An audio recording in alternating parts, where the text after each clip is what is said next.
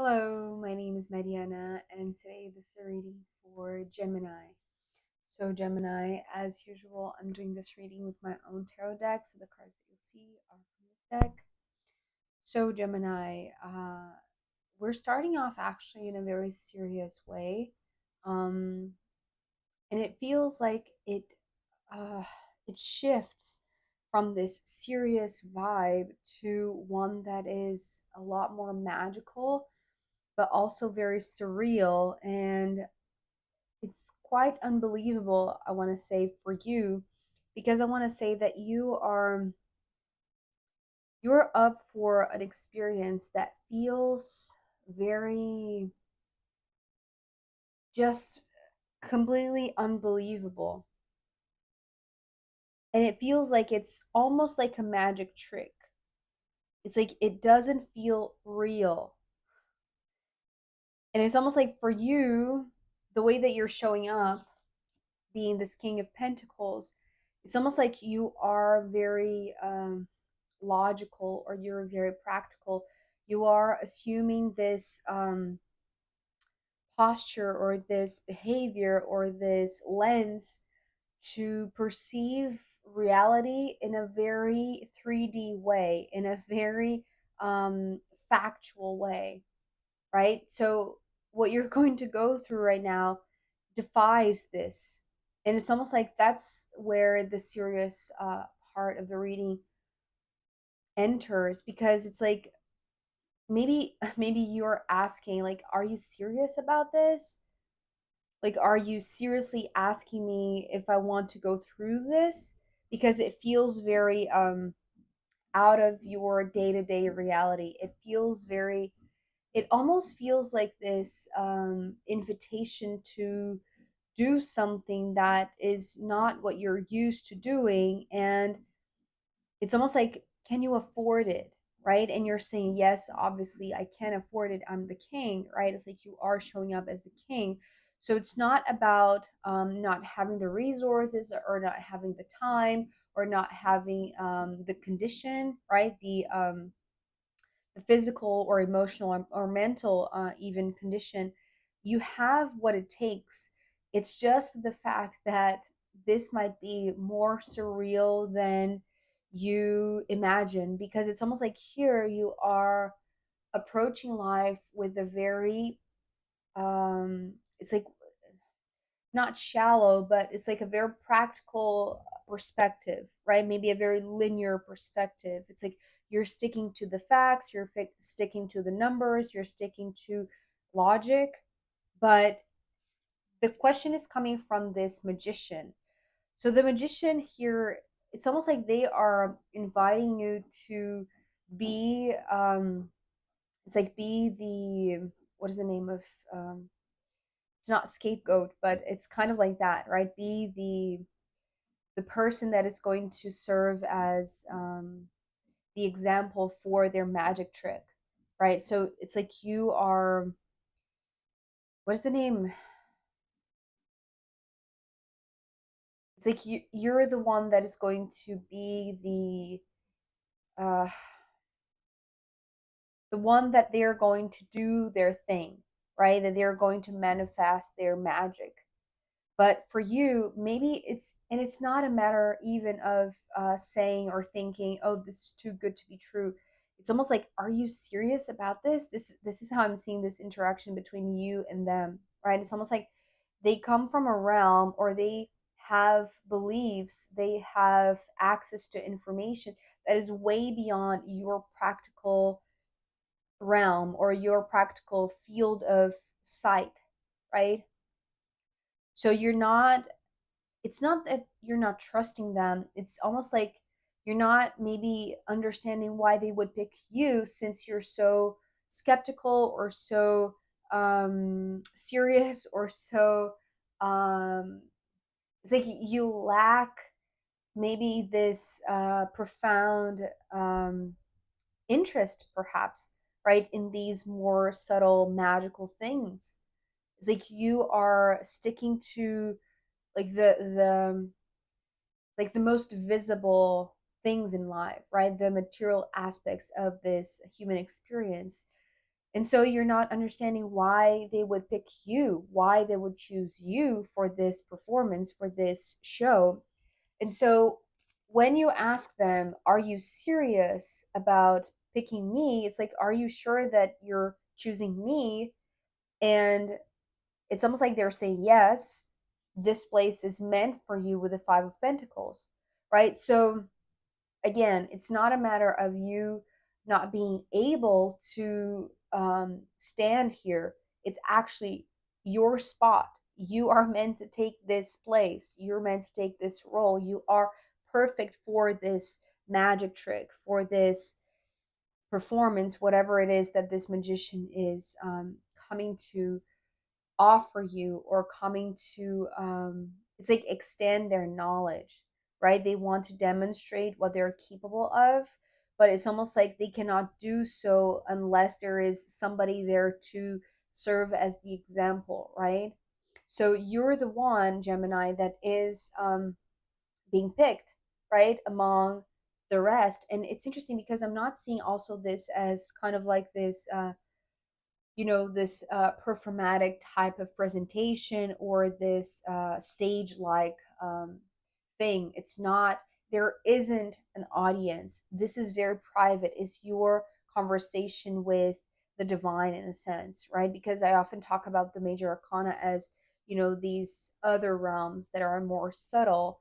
So maybe it's almost like, if you are seeing yourself as a very 3D person, right, anchored in reality, in this material reality, it's almost like you're not really understanding why would this magician, which is almost like this beyond the known, or beyond the conceivable, right, which is like beyond the material in your case, it's like you wouldn't understand why they would pick you. And so what they're saying is like, it's exactly because of that that I'm picking you. It's exactly because it's almost like you're so um it's like you're sticking to the facts. You're so practical in this point in time in your life, that I want you to be the one who feels this, who goes through this. And when they say, yes, I'm sure that it's you that I'm calling, and you say, okay, because you can afford it, right? So it's almost like you have nothing to lose, really, I want to say, Gemini. So, and it's almost like it's almost like it wouldn't be a matter of like being hindered, or being cheated on, or being lied to, or being manipulated even. It's just a matter that you're not understanding why they would choose you. But because you can afford it, it's almost like you're saying, okay, if you're saying that my name is written down on this spot, then okay, I'm going to experiment. I'm going to see what this is. I'm going to just and again, it's not exactly trust the magician, right? It's not like you're saying, okay, I trust you, do whatever magic trick you have to do. It's just a matter of saying, okay, I don't believe in this anyway. So, you know, it's just like nothing will happen, essentially. It's like you're not believing, right? It is unbelievable. So you're going anyways, right? Because you're saying nothing's going to happen. It's just a magic trick. And so when the Seven of Swords came through, the way that I was seeing this was almost like this smoke, right? That is, it's like the magician is, it's almost like it's conjuring like this veil, right? This smoky, um, kind of foggy type of curtain around you, I want to say, because now that you have taken this spot, it's almost like now this role is being fulfilled, right? Or now you are where you need to be. And now this smoke screen can go up. And so the moment that it does, it's almost like your reality, your physical reality becomes foggy. It's almost like you cannot see reality as you did before, right? Because what this is doing to you, I want to say, it's almost like it's shifting your mind. It's almost like it's impregnating your mind with new thoughts, with new neurons, with new wires, with new ideas, right? And so, but this is all, it's almost like this is how the magic trick happens.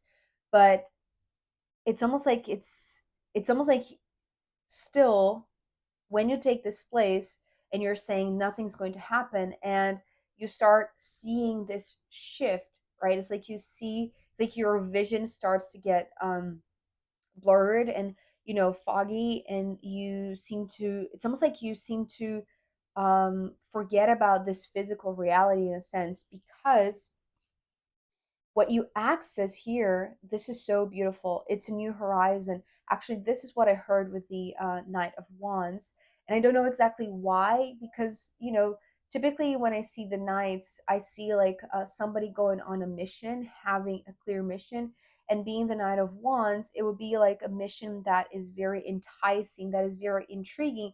But this is exactly what you're not, right? It's like you're coming through like not wanting to go particularly. It's like it's not your interest. You didn't call this forth. It's not something that you wanted. It's like you were even asking or just questioning whether or not this is meant for you, that you were the one being called upon. So you were reluctant, even though it wasn't like, completely hesitant. It was just like, not understanding why you. But then here, there is this willingness, the willingness to see what's further, see what's beyond, because it's almost like you have to blink. I'm seeing like this because you're so practical, because you're so tied to the mundane, to the material. It's almost like they have like these very clear edges, right? And so when this smoke screen comes up, this veil is it's like it's just blurring your vision. It's almost like you cannot it's like reality shifts, right? The understanding, the perception of reality shifts from the clear edges, the clear boundaries, to something that is way more magical, or hard to really perceive, hard to really decipher, or hard to really identify the edges. And so there is curiosity here, but most of all, there is this interest in reaching farther, right? Because there is this new horizon.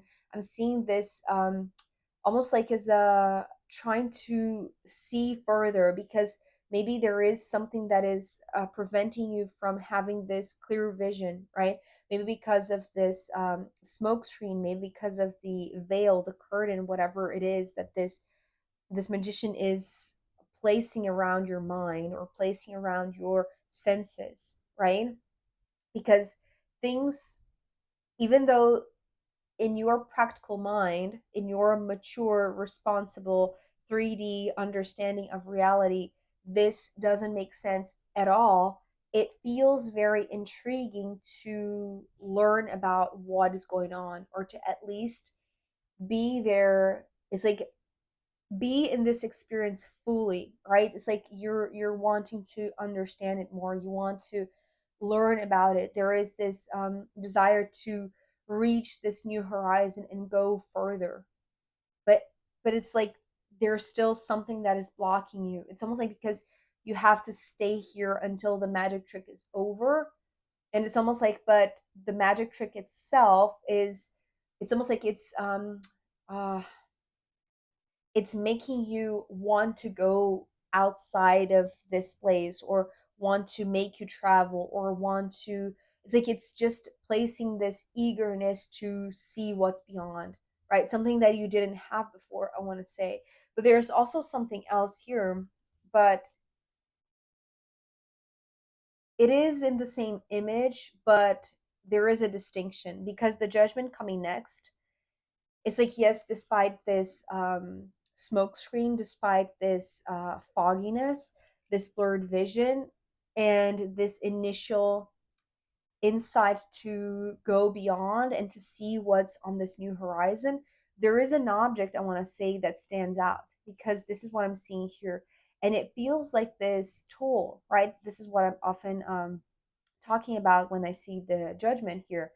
And so this is the first image that starts to have this clear outline. It's like the boundary of this object is just standing out from the rest, because the rest is inside this smoke screen where there is lack of clarity, where there is lack of perception. So So it's almost like the magician wants to direct you to this tool in a sense. And it also has to do with the place that you are, because, well, not only the judgment is right underneath the Five of Pentacles. The Five of Pentacles was showing me your spot. Well, the magician was showing you the spot that you were supposed to take so that he could perform this. It's interesting, I'm just hearing miracle. But, well, for you this is a miracle, right? Because it's out of the ordinary, it's beyond what your mind has the capacity to understand, at least logically. So it's like this is your reference. This is the last thing that you remember before the smoke screen went up. So before your vision went off in a sense. So this has to do with where you're standing, right? But because I'm seeing this as kind of like this motion downwards, right? There's something about breaking that. And I want to say it has to do with like breaking the need to fulfill a certain role, especially because it's like it's all lined up with your very serious stance, right? As the King of Pentacles. Because it's like this, right? It's almost like there is this lineup between, uh, it's like between the responsibilities that you have in your life. That's the reason why you are where you are right now. But the magician is inviting you to go beyond, right? And so since you're taking on that role, it's almost like now, because this is the last image that you have before this smoke screen came up, it's like break that need to return to where you were, right?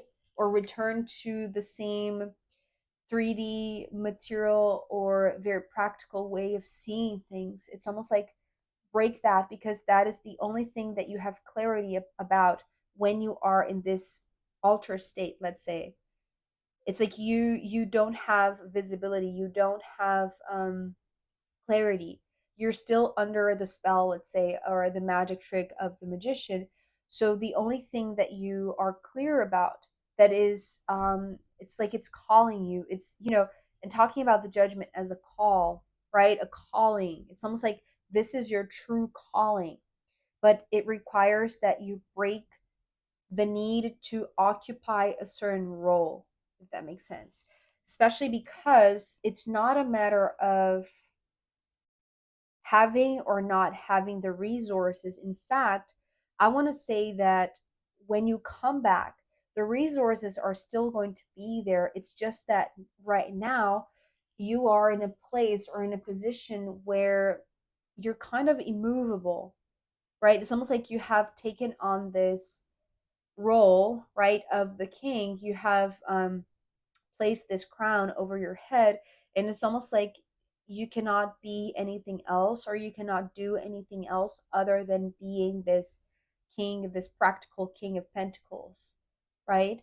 But the magician is saying not only you can afford going through this magic trick, but you also are going to find in it a specific tool that is going to enable you, in a sense, the moment that you return, the moment that this smoke screen comes down.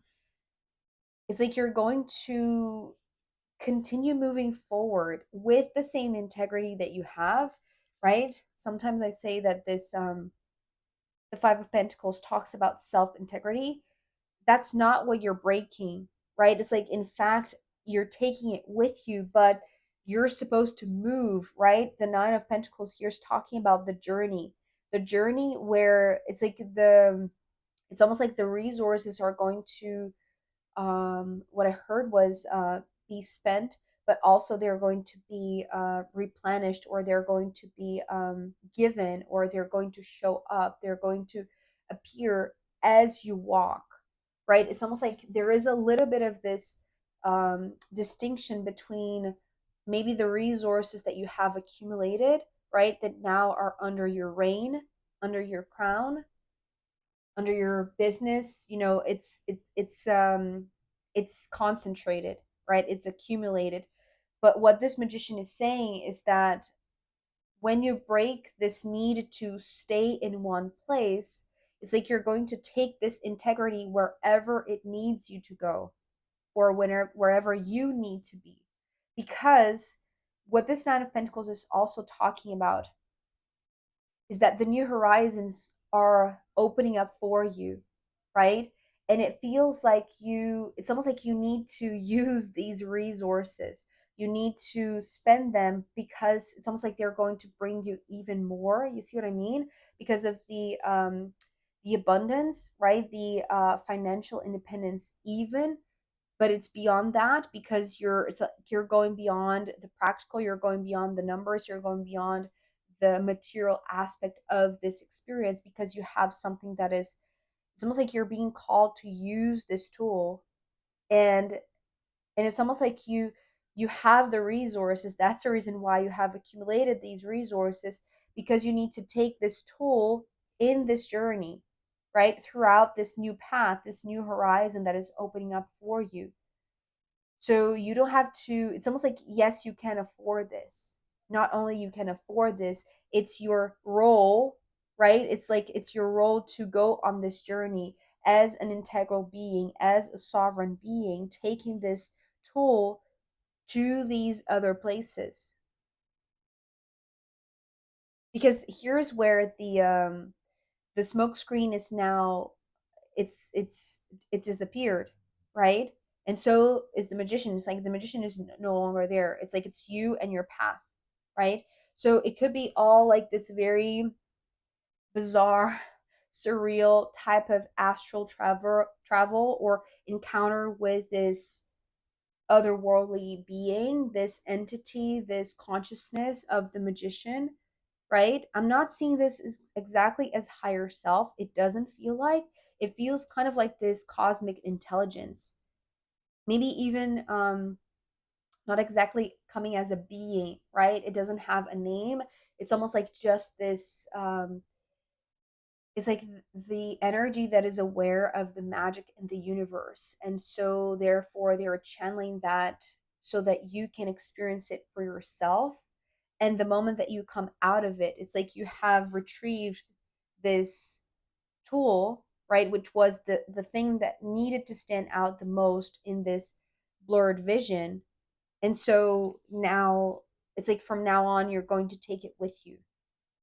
That's the reason why it also comes with this destruction, in a sense, of the need to perform a certain role or stay in one place, right? It's like you're meant to move, right? With these two cards, you're meant to go on this journey, but it's a self-empowering one, especially because it's being united, or it's being fortified and facilitated by this powerful tool that now you have in your hands, or in your consciousness, or in your awareness, right? So, Gemini, I almost called you Leo.